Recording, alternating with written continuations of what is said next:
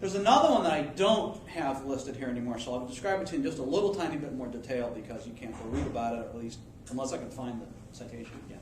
I've kind of lost track of it. It was a book, and I'll have to go find it. And it describes some ethnographic research, some in the field in location research about thought and new media. And it was conducted, the research was conducted in air control towers.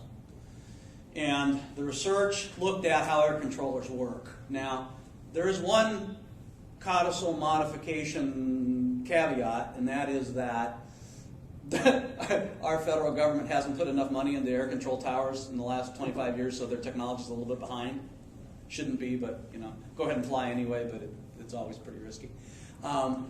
They haven't appropriated enough money to bring this stuff all up to the way it should be. But be that as it may, if you go to a modern air traffic center like LA or New York or Chicago in a big city, it's a pretty high-tech place. You walk in and, there's a lot of technology there, even though it may not be exactly up to snuff. There's a lot of planes in the air, and there's a lot of really highly trained folks with radar equipment and communications equipment managing it all. Okay. And so what this study looked at was, how do those folks do that? They're mostly men. They're not all men, but they're mostly guys. How did they do that?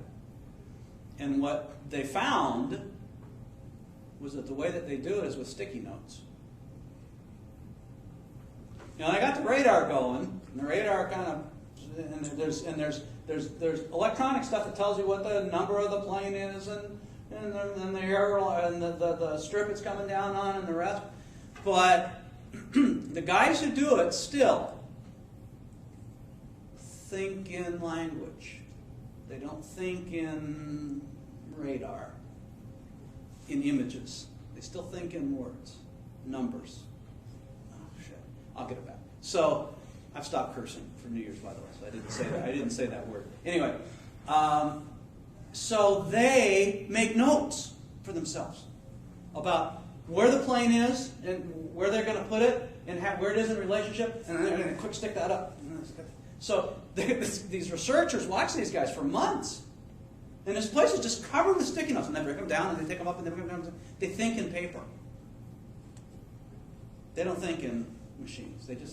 Now, will you guys change that? When you get old and are traffic controllers, I know that's on your agenda for your career path or a traffic controller. But people like you are thinking that, we hope, or we got some problems down the road, right?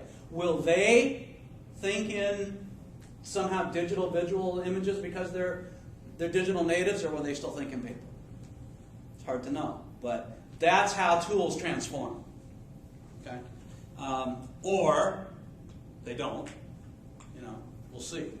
But that's the implication of tools transforming, is that it might or might not change everything. And how does it change everything? How does it change things?